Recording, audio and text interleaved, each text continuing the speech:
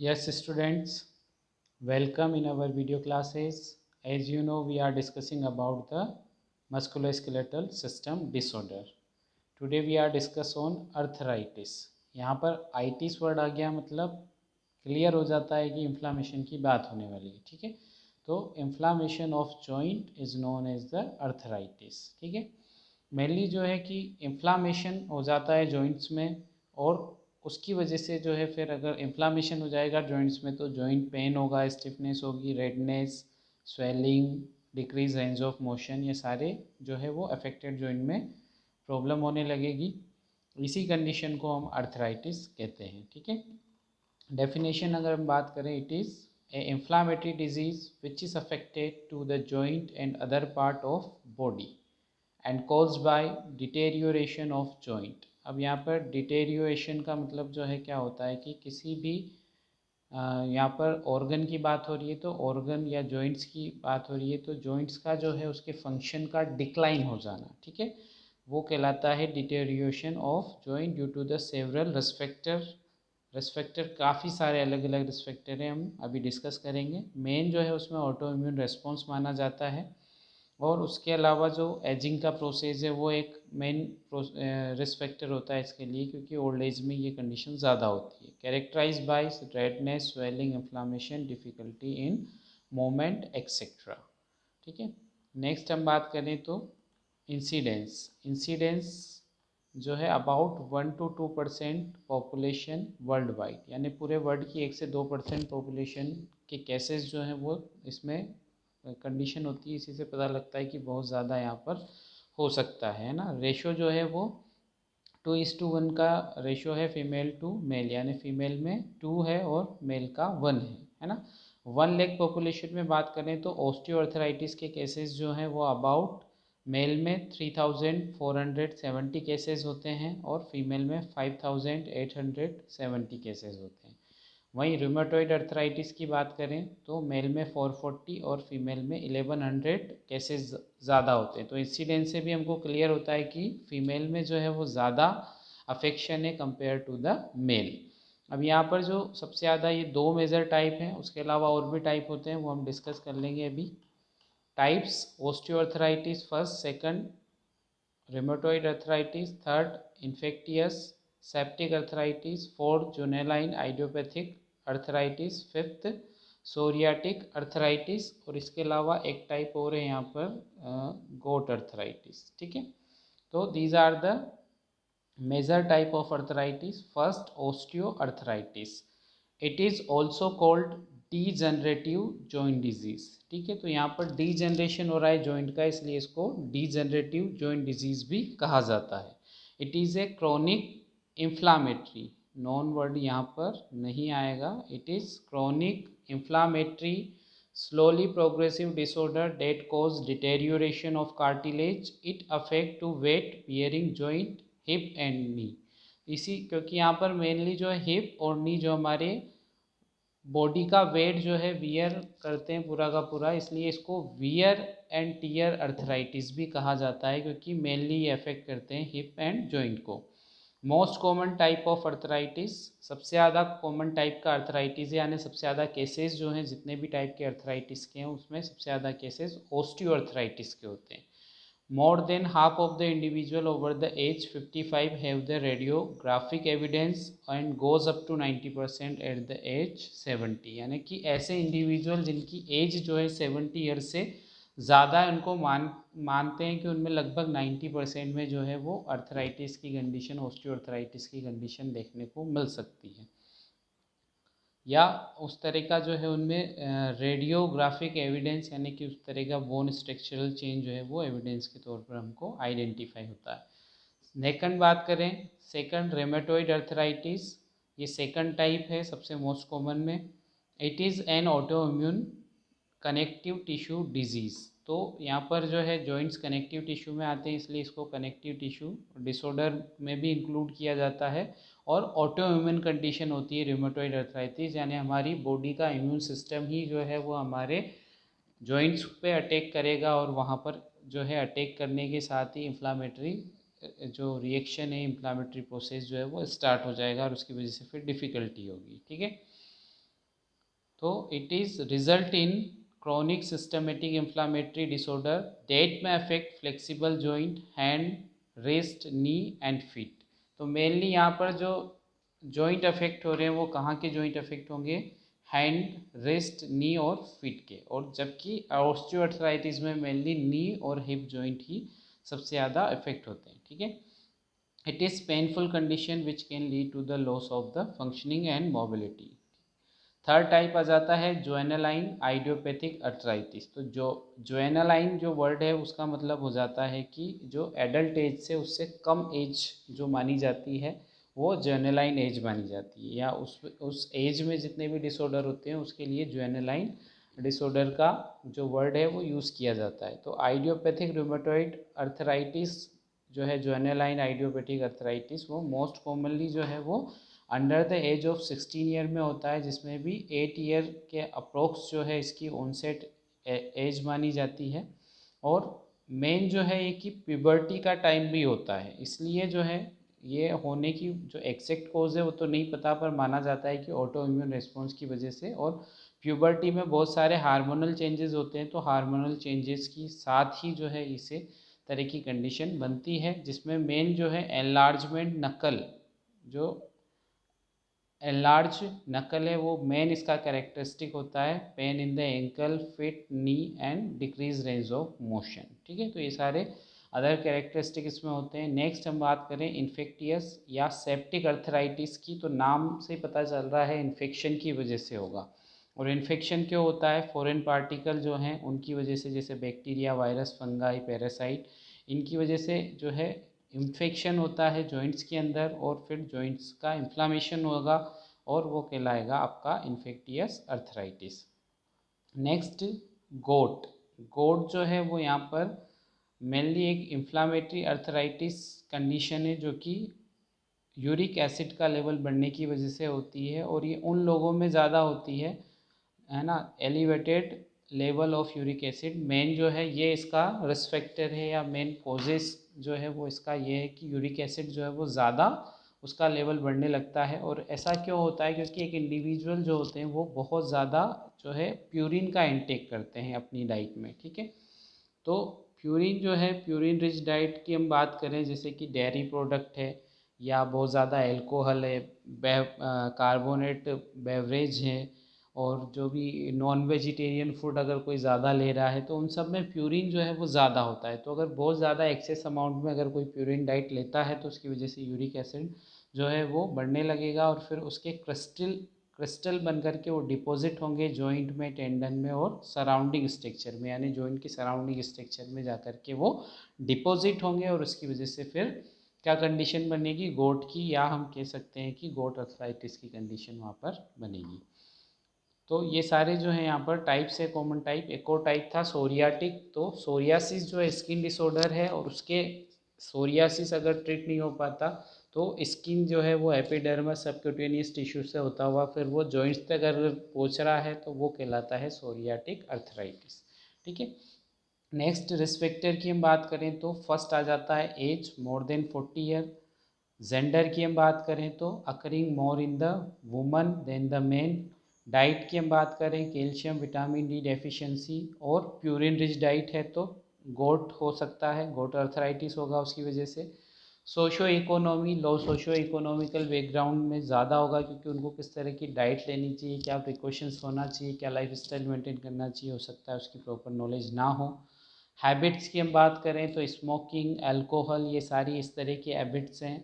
High intake of purine diet, ये सब भी हैबिट्स में आता है, तो ये जो है वो कहीं ना कहीं इसको लीड करती है।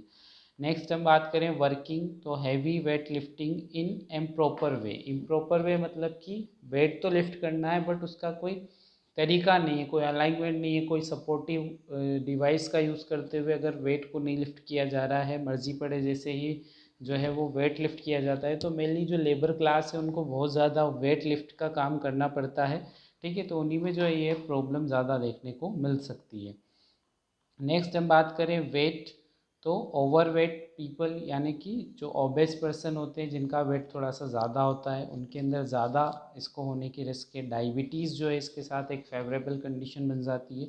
नेक्स्ट हिस्ट्री ऑफ फ्रैक्चर, यानी किसी को पहले कोई बोन इंजरी हुई हो, किसी तरह के बोन के रिलेटेड कोई प्रॉब्लम हो, तो वो सब भी जो है इसके लिए कंट्रीब्यूटिंग फैक्टर का काम करते हैं। ठीक है, नेक्स्ट कोज में ये तो पर्टिकुलर रिस्क थी। अब कोज जो है वो क्या है, autoimmune response of body है। ठीक है, ऑटो इम्यून रेस्पॉन्स यानी इम्यूनिटी जो है हमारी वो इस तरह की हो जाती है कि वो हमारे ही जो हेल्दी टिश्यू होते हैं उनको डैमेज करने लगती है, तो ऑटो इम्यून रेस्पॉन्स की वजह से।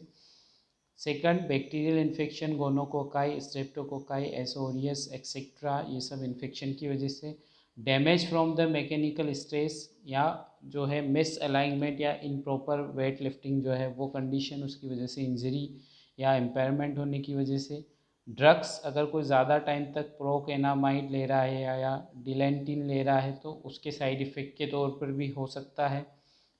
टॉक्सिन्स, कोई हैवी मेटल्स के साथ एक्सपोज हो रहा है कंटिन्यू, उसका ऑक्यूपेशन इस तरह का है कि उसको हैवी मेटल के साथ एक्सपोज होना पड़ रहा है, तो उसको भी रिस्क जो है वो इंक्रीज़ हो जाती है। नेक्स्ट हम बात करें सेकेंडरी डेवलपमेंट। सेकेंडरी डेवलपमेंट यानी कि प्राइमरी कोई कंडीशन है उसकी वजह से फिर डेवलप्ड हो रही सेकेंडरी, जैसे कि किसी को जो है विटामिन डी डेफिशिएंसी है, कैल्शियम की डेफिशिएंसी है, ठीक है, या किसी को सोरियासिस है वो अनट्रीटेड होता है, तो वो फिर जो है स्प्रेड होते हुए कहाँ चला जाता है, स्किन की कंडीशन है सोरियासिस, पर वो स्प्रेड होते हुए जॉइंट में जा रही है और फिर कंडीशन क्या कहलाती है, सोरियाटिक अर्थराइटिस। तो ये सेकेंडरी डेवलपमेंट भी इस तरह से हो सकता है, या सोरियाटिक अर्थराइटिस वो सेकेंडरी डेवलपमेंट का टाइप है। ठीक है, तो ये मेन जो है इसके रिस्पेक्टेड एंड कोज है। नेक्स्ट हम पैथोफिजियोलॉजी की अगर बात करें तो मेनली हम दो ही पैथोफिजियोलॉजी यहाँ पर डिस्कस करने वाले हैं। फर्स्ट ऑस्टियोआर्थराइटिस की, और सेकंड हम रिमेटॉइड अर्थराइटिस की डिस्कस करेंगे। तो फर्स्ट ऑस्टियोआर्थराइटिस, फर्स्ट जो है इसमें मैकेनिकल इंजरी या previous joint damage, genetical and hormonal factor, इन सब की वजह से क्या होगा, कॉन्ड्रोसाइट रेस्पॉन्स इंक्रीज हो जाएगा। कॉन्ड्रोसाइट जो है वो क्या करते हैं मेनली कि एक कार्टिलेज जो है उसका मेकअप किस तरह का रहेगा उसको मेंटेन करने का काम यहाँ पर कॉन्ड्रोसाइट करते हैं। ठीक है, तो कॉन्ड्रोसाइट रेस्पॉन्स इंक्रीज होगा, उसकी वजह से क्या होगा कि साइटोकाइनेज रिलीज होंगे, है ना, रिलीजिंग ऑफ साइटोकाइनेज। अब साइटोकाइनेज क्या होगा, स्टिमुलेशन होगा एंड प्रोडक्शन, क्योंकि साइटोकाइनेज भी क्या है, वो भी किसी क्या करेंगे, स्टिमुलेट करेंगे किसके, production and release of the proteolytic. ठीक है, तो यहाँ पर जो प्रोटियोलाइटिक है जिसकी वजह से कार्टिलेज के अंदर जो है वो मालफॉर्मेशन होगा, तो वो उसका स्टिमुलेशन और प्रोडक्शन क्यों हो रहा है, क्योंकि रिलीज ऑफ साइटोकाइनेज। ठीक है, एंजाइम, मेटोप्रोटीएज एंड द कोलेजिनियस, ये दोनों एंजाइम भी जो है यहाँ पर रिलीज होते हैं, और इन सब की वजह से क्या होगा कि जो प्रोटियोलाइटिक है वो यहाँ पर इंक्रीज होने लगेगा कार्टिलेज के अंदर और जॉइंट्स के अंदर, और उसकी वजह से जो है डैमेज हो जाएंगे, यहाँ पर डैमेज होना स्टार्ट हो जाएगा एक जॉइंट के अंदर, उसका डिस्ट्रक्शन होना स्टार्ट हो जाएगा। ठीक है, तो ये जो है फर्स्ट ऑस्टियोआर्थराइटिस की पैथोफिजियोलॉजी है। सेकंड हम डिस्कस करते हैं रिमोटॉइड अर्थराइटिस की पैथोफिजियोलॉजी। तो यहाँ पर रिस्क फैक्टर जो है मेनली इम्यूनोलॉजिकल रेस्पॉन्स है, ऑटो इम्यून रेस्पॉन्स की वजह से ऐसा होता है। Increase number of neutrophils in the joint cavity, तो ऐसा लगता है कि एबनॉर्मल हो गई है हमारी जॉइंट की सेल, ऐसा हमारे इम्यून सिस्टम को लगता है, और फिर वो न्यूट्रोफिल्स को यहाँ पर भेज देगा। न्यूट्रोफिल्स जो है यहाँ पर आकर के क्या करेंगे, इन्फ्लामेशन करेंगे जॉइंट्स के अंदर, और डिस्ट्रक्शन होगा कार्टिलेज का, और इन्फ्लामेटरी रेस्पॉन्स जहाँ पर भी होता है तो वहाँ एडिमा होने लगता है। साथ ही साथ जो है ग्रेनुलेशन टिश्यू जो है वो यहाँ पर उनका प्रोडक्शन इंक्रीज होगा, और कंडीशन बन जाएगी पैनस की। ठीक है, तो कंडीशन जो है वो पैनस की यहाँ पर जॉइंट में बनेगी। हम डायग्राम से समझ सकते हैं इसको इजीली। ये हमारा जो है नॉर्मल जो है डायग्राम ए में बताया गया है कि क्या नॉर्मल स्ट्रक्चर होता है। ठीक है, ये नॉर्मल है, यहाँ पर एडिक्वेट स्पेस है दोनों जॉइंट के बीच में, यहाँ पर एडिक्वेट जो है यहाँ पर साइनोवियल कैविटी बनी हुई है, एडिक्वेट उसका जो है साइनोवियल जो है फ्लूइड बना हुआ है। ठीक है, तो ये एक आर्टिकुलर कार्टिलेज जो है ये प्रॉपर यहाँ पर बने हुए हैं। ठीक है, तो एक तरह का नॉर्मल स्ट्रक्चर है। सेकंड जो बात करें हम अर्थराइटिस की कंडीशन या रूमेटॉइड अर्थराइटिस की कंडीशन, तो क्या होगा कि यहाँ पर ये पेनस जो है वो फॉर्मेशन होने लगेगा, यानी कि कार्टिलेज जो है उनका साइज़ इंक्रीज़ होने लगेगा, और उसकी वजह से दोनों बोन के बीच जो ये साइनोवियल फ्लूइड है ये कहीं ना कहीं इसका अमाउंट डिक्रीज़ होने लगेगा। दोनों बोन के बीच का जो स्पेस है, दोनों बोन के बीच का स्पेस वो भी यहाँ पर कम होने लगेगा। ठीक है, तो ये जो कंडीशन है इसी को जो है हम और जो है अर्थराइटिस की कंडीशन कह रहे हैं। और जब दोनों बोन के बीच, क्योंकि एक जॉइंट है, जॉइंट के दोनों बोन के बीच थोड़ा सा स्पेस है, वो स्पेस कम होने लगेगा तो दोनों बोन जो है वो पास पास हो जाएंगे, और उसकी वजह से जो है उनकी फ्लेक्सिबिलिटी या उनकी जो मूवमेंट है वो डिक्रीज़ हो जाएगी। ठीक है, तो decrease joint mobility, similar adhesion can occur in the ligament and tendon. तो ये मेन बोन में जो है, क्योंकि ये साइनोवियल कैविटी ये सपोर्ट करती है टेंडन को भी, है ना, मसल्स को भी, तो उनके अंदर भी इसका अफेक्शन साथ ही साथ देखने को मिलेगा, और ओवरऑल जो जॉइंट की फ्लेक्सिबिलिटी है वो डिक्रीज़ हो जाएगी। ठीक है, तो ये कंडीशन रिमेटॉइड अर्थराइटिस की है। नेक्स्ट साइन एंड सिम्टम की हम बात करें तो inflammation of joint primary sign वही है, और उसी के साथ pain, redness, swelling, increase warm, fluid accumulation, stiffness. Stiffness जो है वो अर्ली मॉर्निंग में ज़्यादा देखने को मिलती है, जैसे एक इंडिविजुअल अपनी पूरी ओवरनाइट स्लीपिंग कंप्लीट करके गेटअप होता है अर्ली इन द मॉर्निंग, तब उनको उसको जो है स्टिफनेस की कंडीशन ज़्यादा होती है।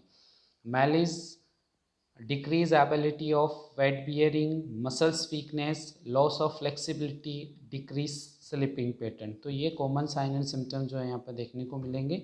और साथ ही साथ जो है फीवर भी हो सकता है, कि फीवर हो, बॉडी एक हो, ठीक है, और एंजाइटी, डिस्कम्फर्ट, अल्ट्रेशन, ये सब जो है साथ ही साथ, क्योंकि किसी को कंटिन्यूस अगर पेन है और वो अपनी मोबिलिटी प्रॉपर नहीं कर पा रहा है तो उसकी वजह से उसका स्ट्रेस लेवल ऑटोमेटिक इंक्रीज़ होने लगेगा। ठीक है, तो ये सारे साइन एंड सिम्टम जो है यहाँ पर इस कंडीशन में, अर्थराइटिस की कंडीशन में हमको देखने को मिलते हैं।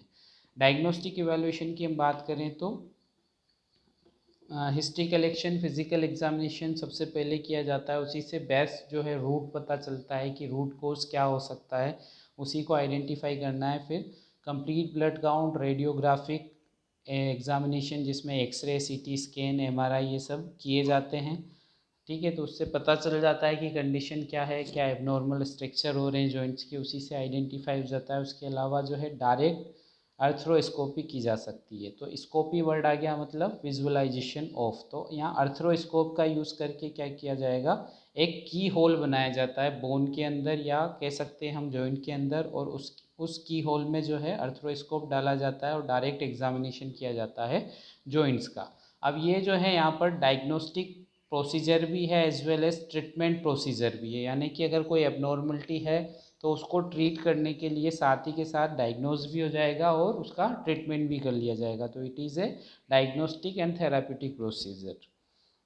नेक्स्ट साइनोवियल फ्लूइड एस्पिरेशन, तो यहाँ पर एस्पिरेट किया जाता है साइनोवियल फ्लूइड को with the help of needle to detect the abnormal synovial fluid. तो साइनोवियल फ्लूइड नॉर्मल है या एबनॉर्मल है, एबनॉर्मल होगा तो उसके अंदर क्लाउडी, मिल्की या डार्क येलो ल्यूकोसाइड्स जो हैं या इन्फेक्टियस पार्टिकल हैं, तो उसकी वजह से वो उसका अपीयरेंस कैसा हो जाएगा, क्लाउडी, मिल्की या डार्क येलो अपीयरेंस हो जाएगा। ठीक है, तो ये जो है इम्पोर्टेंट एग्जामिनेशन है, इससे मेनली पता चलता है कि क्या किस वजह से हो रहा है, इन्फेक्शन की वजह से हो रहा है, ऑटोइम्यून रिस्पॉन्स की वजह से हो रहा है, क्या एक्चुअल कोज है।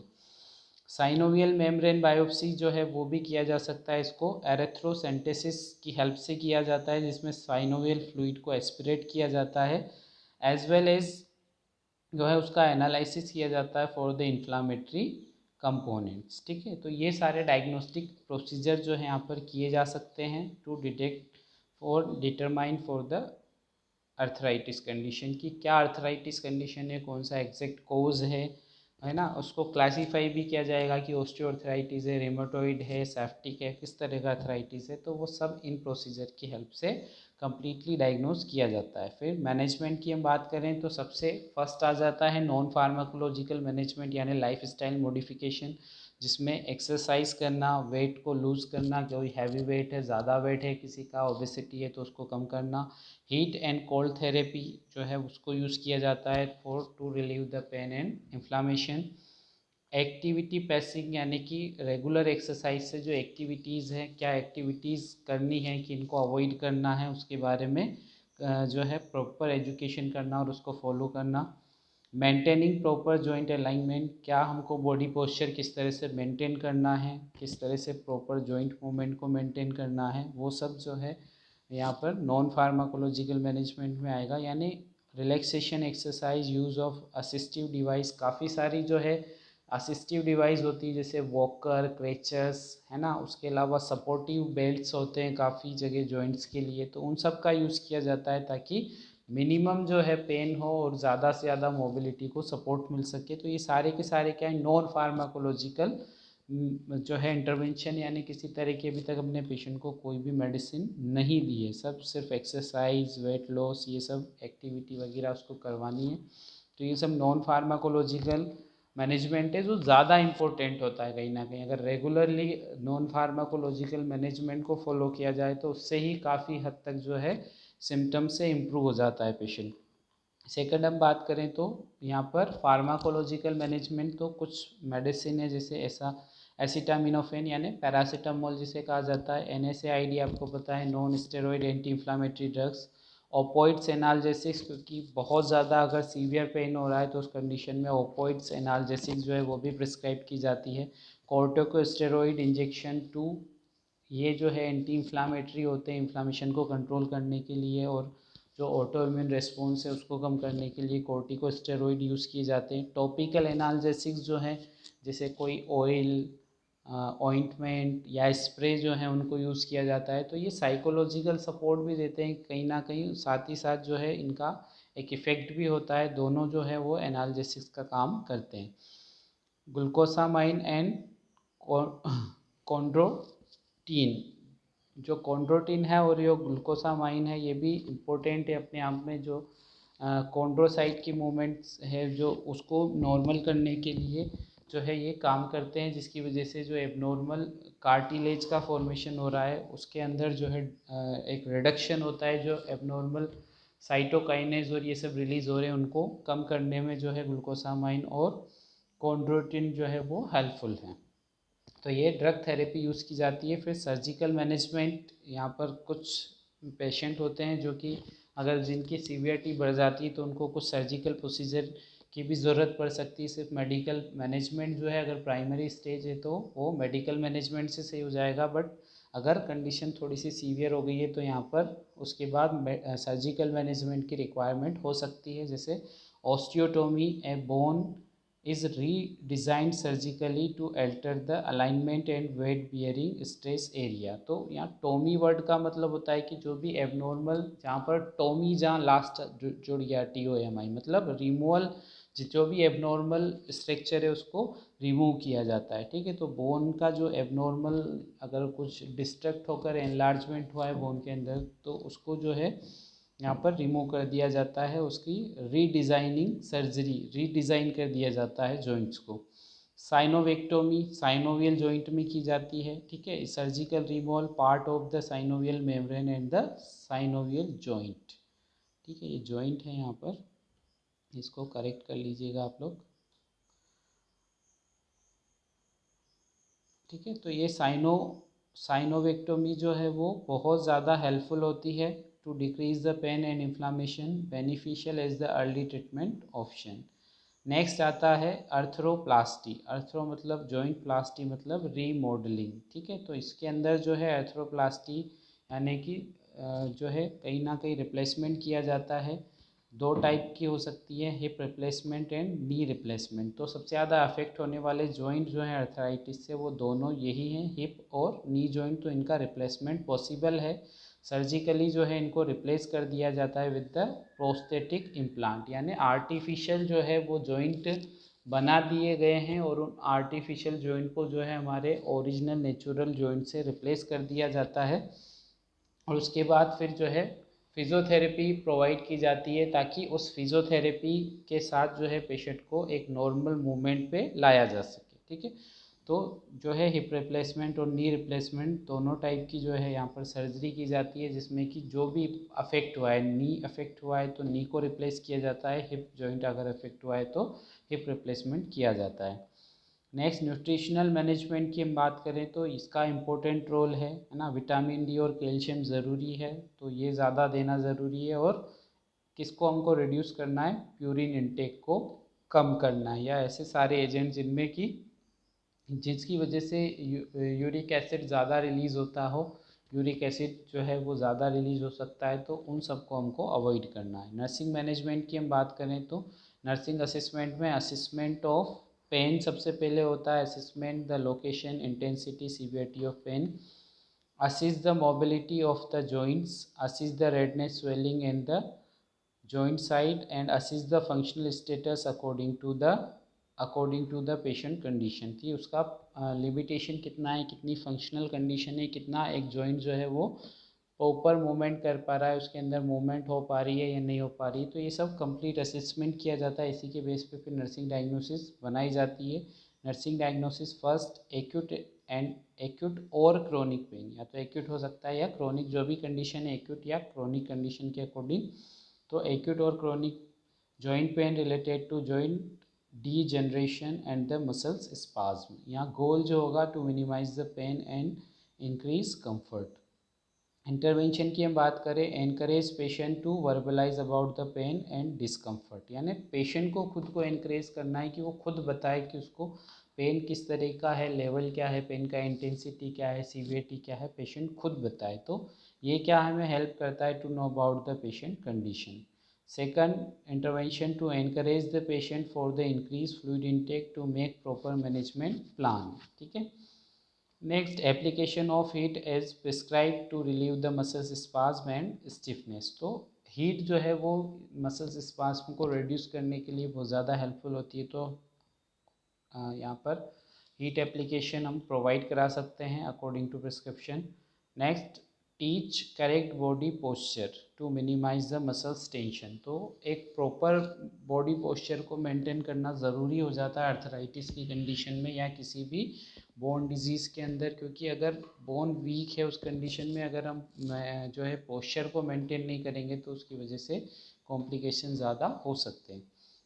Next, use of splint and the cervical collar. तो जितनी भी सपोर्टिव डिवाइस आती है हर एक जॉइंट के लिए, तो उनका यूज़ करना जिसकी वजह से जॉइंट को जो है सपोर्ट और स्ट्रेंथ दिया जा सके। Administration of prescribed analgesics medicine. तो जो भी प्रिस्क्राइब मेडिसिन है वो पेन को रिलीफ करने के लिए दी जाती है, एनाल्जेसिक्स मेडिसिन। तो जो भी NSAID है या ओपियोइड्स एनाल्जेसिक्स है जो भी प्रिस्क्राइब किए गए हैं उनको अकॉर्डिंग टू प्रिस्क्रिप्शन एडमिनिस्टर करना। ठीक है। उसके अलावा यहाँ पर डाइवर्शनल थेरेपी दी जा सकती है जिसमें हम पेशेंट का कंफर्ट जो है वो इंक्रीज़ कर सकते हैं एज वेल एज़ उसका माइंड डाइवर्ट कर सकते हैं। तो इसमें जो है म्यूज़िक थेरेपी और जो है पेशेंट को राइटिंग, जो भी उसकी हैबिट्स है जो है लिसन म्यूज़िक थेरेपी दे सकते हैं। उसके अलावा जो है वॉचिंग TV, ये सब रिक्रेशनल और डाइवर्शनल थेरेपीज़ भी यूज़ की जाती हैं जो कि पेन को रिलीफ करने में बहुत ज़्यादा हेल्पफुल होती है। नेक्स्ट हम बात करें second nursing diagnosis, impaired physical mobility related to pain and limited motion. तो फिज़िकल मोबिलिटी जो है वो लिमिटेड होनी है, बहुत ज़्यादा सीवियर पेन होगा तो उसकी वजह से पेशेंट जो है वो अपने जॉइंट में मोबिलिटी नहीं कराएगा, तो लिमिटेड हो जाएगी या इम्पेयर्ड हो जाएगी physical mobility. Attend and maintain optimal functional mobility, यहाँ पर गोल होगा। इंटरवेंशन की हम बात करें, encourage verbalization regarding limitation in mobility. वही है कि पेशेंट को पहले उससे पूछना है, उसको एनकरेज करना है, वो खुद बताए कि क्या उसको प्रॉब्लम हो रही है। ठीक है।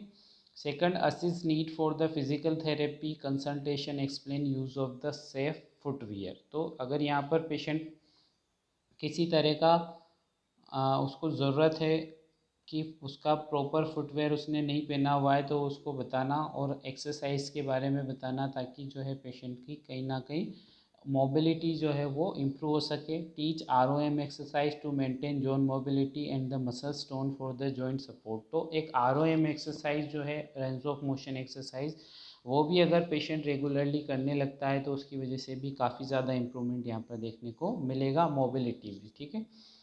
Next, advice for the warm bath and shower in the early morning. क्योंकि अर्ली मॉर्निंग में स्टिफनेस ज़्यादा है और उसी की वजह से मोबिलिटी जो है वो डिक्रीज़ हो जाएगी, पेन ज़्यादा होने लगेगा, तो उसकी वजह से एडवाइस किया जाता है वार्म बाथ। ठीक है। तो वार्म यानी कि गर्म पानी से नहाने के लिए सलाह दी जाती है, ताकि उसकी वजह से क्या होगा कि स्टिफनेस को जो है वो रिड्यूस किया जा सके। नेक्स्ट हम बात करें, next nursing diagnosis, self care deficient and alteration in personal hygiene related to pain and limited joint mobility. तो सेल्फ केयर डेफिशिएंट यानी कि एक इंडिविजुअल अपना खुद का केयर नहीं कर पाएगा, अपना पर्सनल हाइजीन मेंटेन नहीं कर पाएगा, क्योंकि उसको पेन हो रहा है ना, बहुत ज़्यादा सीवियर पेन हो रहा है जॉइंट में जब भी, तो वो मोबिलिटी नहीं करा पाएगा, तो एक्टिविटी कैसे होगी, ठीक है। तो यहाँ पर मोबिलिटी होना ज़रूरी है जॉइंट के अंदर। तो इस कंडीशन में पेशेंट की जो सेल्फ केयर एक्टिविटी है वो हमको मेंटेन करनी है, उसको प्रमोट करना है। सबसे पहले असिस्मेंट प्रॉपर कि पेशेंट की कितनी ज़्यादा जो है वो सेल्फ केयर एक्टिविटी पेशेंट कर पा रहा है और कहाँ उसको प्रॉब्लम हो रही है, ठीक है। Next, provide pain relief before the self care activity. तो जब भी पेशेंट को हम एनकरेज कर रहे हैं सेल्फ केयर एक्टिविटी के लिए, उससे पहले ही जो है उसके पेन मैनेजमेंट पे फोकस किया जाए, ताकि पेशेंट को जो है वो पेन ना हो, एक्टिविटी करते वक्त पेन को मिनिमाइज किया जा सके। तो इससे जस्ट पहले हो जो है हम हीट एप्लीकेशन दे सकते हैं इससे, या एनाल्जेसिक्स मेडिसिन अगर हैं तो वो हम देने के बाद ही जो है सेल्फ केयर एक्टिविटी के लिए पेशेंट को इनकरेज करें, ताकि उसका पेन का लेवल पहले ही कम किया जा सके। Next, discuss importance of the promoting the patient self care at appropriate level with the patient and family. तो यहाँ पर क्या इम्पोर्टेंट है वो बताना ज़रूरी है, क्योंकि पेशेंट का जब नॉलेज बढ़ेगा कि हाँ मुझे एक्टिविटी, रेंज ऑफ मोशन ये सब करने से मेरी मोबिलिटी इंक्रीज़ होगी, मैं जो है अपनी सेल्फ केयर खुद कर पाऊँगा, तभी जो है उसमें वो एक्टिवली पार्टिसिपेट करेगा, ठीक है। Next, advise the patient to avoid the anxiety and actively participation. तो यहाँ पर पेशेंट को जो है यहाँ पर एडवाइस किया जाता है कि वो एंजाइटी जो है वो उसको छोड़े और ज़्यादा से ज़्यादा एक्टिवली पार्टिसिपेट करे, ताकि वो खुद अपनी जो है डिपेंडेंसी फिर से ला सके, सेल्फ केयर डेफिशिएट जो है उससे वो इम्प्रूव हो सके, ठीक है। तो ये सारे प्री ऑपरेटिव नर्सिंग डायग्नोसिस थे। अब हम, क्योंकि अगर पेशेंट को हमने पढ़े हैं कई सारे सर्जिकल इंटरवेंशन भी किए जा सकते हैं, तो उस कंडीशन में पोस्ट ऑपरेटिव नर्सिंग डायग्नोसिस और पोस्ट ऑपरेटिव नर्सिंग मैनेजमेंट भी होगा। तो नर्सिंग डायग्नोसिस की हम बात करें तो acute pain related to surgical procedure, same वही सब आ जाता है यहाँ पर कि क्या क्या इंटरवेंशन कर सकते हैं, पेशेंट का कंफर्ट इंक्रीज़ करना है, प्रॉपर पोजीशनिंग देनी है, एनाल्जेसिक्स मेडिसिन देनी है, और डाइवर्शनल थेरेपी दे करके पेन को हमको रिड्यूस करना है। Next, nursing diagnosis, risk for the infection transmission related to surgical incision. तो सर्जिकल इंसीजन हुआ है तो कहीं ना कहीं जो है रिस्क बढ़ जाती है इन्फेक्शन की। तो गोल हो जाएगा टू प्रिवेंट द इन्फेक्शन या to minimise the risk for the infection. Intervention की बात करें, regular monitoring of vital signs to recognise the early finding. तो अगर प्रॉपर जो है वाइटल साइंस मॉनिटरिंग की जाती है तो कोई भी इन्फेक्शन डेवलप्ड हो रहा है तो उसका अर्ली असेसमेंट किया जाना पॉसिबल है। Next, change the surgical dressing in every 24 hour और frequently and maintain aseptic technique. तो जो भी जो है वो एडवाइस किया जाता है एटलीस्ट 24 आवर में एक बार जो है सर्जिकल साइट का ड्रेसिंग किया जाए, या उससे पहले भी अगर रिक्वायरमेंट है या ऑर्डर्ड किया जाता है सर्जन के द्वारा तो उसके अकॉर्डिंग ही जो है उसकी सर्जिकल ड्रेसिंग करना ज़रूरी है। Next, monitor incisional site for the sign of infection such as redness, swelling, drainage and pain. ठीक है, तो ये मेन जो है कि अगर साइन कहीं पर भी इन्फेक्शन डेवलप्ड हो रहा है तो उसके जो है साइन देखने को मिलेंगे, रेडनेस, स्वेलिंग या ड्रेनेज होगा वहाँ से किसी भी तरह का फ्लूइड का। तो ये सब साइन जो है वो इंडिकेट करते हैं कि इन्फेक्शन जो है वो डेवलप्ड हो रहा है सर्जिकल साइट में, ठीक है। Instruct the patient to turn cough and spirometry exercise to avoid the risk of complication.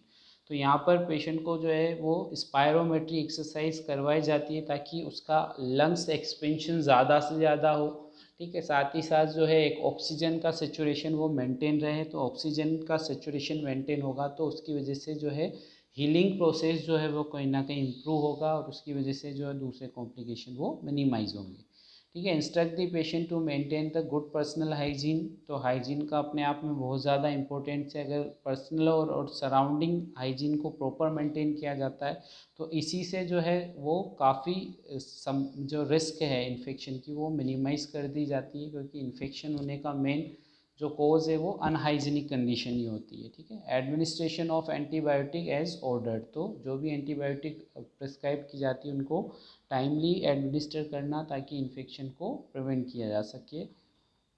Next, altered nutritional status less than body requirement related to loss of appetite and post operative time, ठीक है। तो जैसा कि अगर surgery हुई है तो NBM भी रखा जाता है पेशेंट को, सर्जरी के पहले भी जो है एनबीएम रखा जाता है, सर्जरी के बाद भी जो है एनबीएम रखा जाता है। तो उसकी वजह से जो है उसका न्यूट्रिशनल लेवल जो है वो अल्टर्ड हो जाता है। साथ ही साथ सर्जरी हुई है और ऐसी कंडीशन है, तो डिजीज़ कंडीशन है, तो उस कंडीशन में भी लॉस ऑफ एपेटाइट देखने को मिलता है, ठीक है। तो यहाँ पर मेन जो होगा to improve the nutritional level of the patient, ये हमारा नर्सिंग गोल होगा। इंटरवेंशन की हम बात करें to assist the present condition, present condition क्या है पेशेंट की, यानी कि उसकी जो डाइटरी हैबिट क्या है, पेशेंट का जो है वो मील टाइम क्या है, ये सब हमको असिस्ट करना है। इससे हमें बेस लाइन इन्फॉर्मेशन मिलती है। Asking about the patient food intake and the favourite food and the vegetable, तो पेशेंट को क्या पसंद है उसको वो ज़्यादा दिया जाए ताकि वो उसको एडिक्वेट इनटेक कर सके। बट यहाँ पर ध्यान रखना है कि जो पेशेंट के लिए हेल्दी डाइट है उसी में से जो पेशेंट को पसंद है वो देना। ऐसा नहीं है कि अनहेल्दी डाइट पेशेंट अगर डिमांड कर रहा है तो हम उसको वो नहीं देंगे, ठीक है। Educate the patient about the his and her nutritional level and encourage for the proper intake of nutrition, तो एक्टिवली पार्टिसिपेशन यहाँ पेशेंट का करना है, पेशेंट को खुद बताना है, पेशेंट को एजुकेट करना है कि ये न्यूट्रिशनल डाइट आपके लिए बहुत ज़्यादा इम्पोर्टेंट रहेगी, इसी में से आप बताइए कि आप क्या लेना जो है वो प्रेफर करेंगे। तो इस तरह से उसको एक्टिवली इन्वॉल्व करना है उसके ट्रीटमेंट और मैनेजमेंट प्लानिंग में, ताकि उसका जो एक एंजाइटी लेवल कम हो और वो एक्टिवली जो है वो एनकरेज होकर के पार्टिसिपेट हो सके। Next, educate the patient for the increasing meal time in the day, small and frequent diet intake, यानी कि यहाँ पर पेशेंट को जो है हमको एनकरेज करना है कि वो डाइट ज़्यादा से ज़्यादा, जो डाइट कम से कम ले पर ज़्यादा बार ले, यानी एक बार में ज़्यादा खाना ना खाए, छोटी छोटी स्मॉल स्मॉल फ्रिक्वेंट डाइट वो ले ताकि डाइजेशन उसका अच्छा हो सके, उसका जो एपेटाइट है वो इंक्रीज़ हो सके, ठीक है। तो ये जो है पेशेंट को इंस्ट्रक्ट किया जाता है। Next, provide balance diet and the increase fibre, fluid, iron and vitamin rich diet, तो पेशेंट को एक अच्छी विटामिन रिच डाइट देनी है, हाई फाइबरस डाइट देनी है ताकि उसको कॉन्स्टिपेशन वगैरह ना हो, और कैल्शियम और विटामिन डी जो है ये सब सप्लीमेंट देने हैं ताकि उसकी बोन हीलिंग का प्रोसेस जो है वो जल्दी हो सके, ठीक है। तो ये सारे इंटरवेंशन किए जा सकते हैं डाइट को इम्प्रूव करने के लिए, न्यूट्रिशनल मेंटेन करने के लिए। नेक्स्ट, प्रोग्नोसिस की बात करें हम, तो प्रोग्नोसिस जो है वो डिपेंड करता है कि क्या कंडीशन है, एज क्या है पेशेंट की, ठीक है, और क्या क्या अदर फैक्टर हैं उन सब पे डिपेंड करता है। यानी पेशेंट कितना एजुकेटेड है, उसकी बैड हैबिट्स कितनी हैं, ठीक है, वो कितना अपने आप को कंट्रोल कर सकता है, कितना लाइफस्टाइल मॉडिफिकेशन कर सकता है, डेली एक्सरसाइज अगर वो कर सकता है, तो इन सब बातों पे डिपेंड करेगा, ठीक है।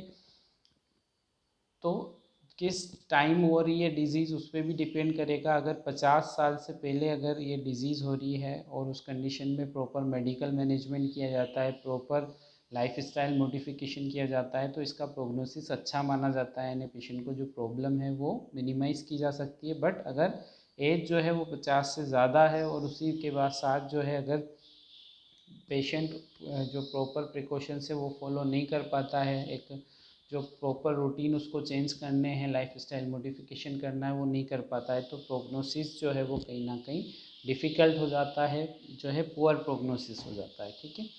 अब ओवरऑल हम कंक्लूज़न एक बार समअप कर लेते हैं कि हमारा टॉपिक था arthritis. Arthritis is a inflammatory disease of the joint, ठीक है, जॉइंट के अंदर इन्फ्लामेशन हो जाना ये डिज़ीज़ कहलाती है अर्थराइटिस। कैरेक्टराइज जो है mainly pain and immobility, pain होगा, सीवियर पेन होगा इन्फ्लामेशन की वजह से, और पेन होने के साथ ही साथ इमोबिलाइज हो जाएगा जो भी पर्टिकुलर जॉइंट है वो, ठीक है।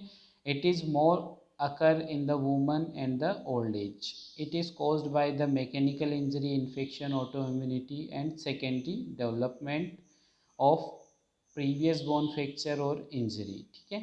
In early stage the disease can be treated by the medical management, यानी स्टार्टिंग में अगर आइडेंटिफाई हो जाता है तो उस कंडीशन में सिर्फ इसको मेडिकल मैनेजमेंट और लाइफस्टाइल मॉडिफिकेशन से ही ट्रीट किया जा सकता है। बट अगर क्रोनिक स्टेज है तो वहाँ पर जो है फिर स्पेसिफिक सर्जिकल इंटरवेंशन जो है वो रिक्वायर्ड होते हैं, जैसे साइनोवेक्टोमी, आर्थ्रोडेसिस, आर्थ्रोप्लास्टी, यानी जो हम बात करें हिप एंड नी रिप्लेसमेंट, तो ये सारी सर्जरी जो है वो करनी पड़ सकती है।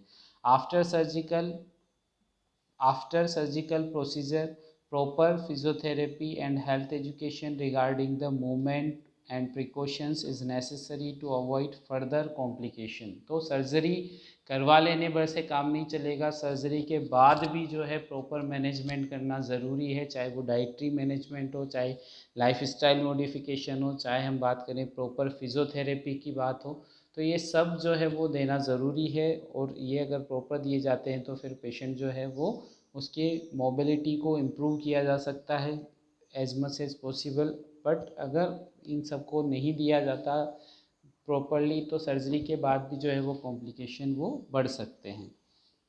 Proper follow up is helpful to increase the joint movement. ठीक है, तो जो भी इंस्ट्रक्शन है फिजियोथेरेपी, सर्जरी, एक्सरसाइज, जिसकी वजह से पेशेंट का जो जॉइंट है, जो रिप्लेसमेंट हुआ है, उसकी यह मूवमेंट वो इंक्रीज़ हो सकती है, पेशेंट की कंडीशन वो इम्प्रूव हो सकती है। ठीक है, बट अगर यहाँ पर कॉम्प्लिकेशन भी हैं, अगर मैनेजमेंट प्रॉपर नहीं होता, लाइफस्टाइल मॉडिफिकेशन नहीं करता कोई, ठीक है, या जो उसका कह सकते हैं कि इकोनॉमी इतनी स्ट्रॉन्ग नहीं है कि वो सभी इनको अफोर्ड कर सकें, या उसको पूरा एजुकेशन जो है उतना अच्छा नहीं है, प्रिकॉशंस वो नहीं रख पा रहा है, तो उन सब कंडीशन में कॉम्प्लिकेशन भी हो सकते हैं, जैसे लॉस ऑफ जॉइंट फंक्शन।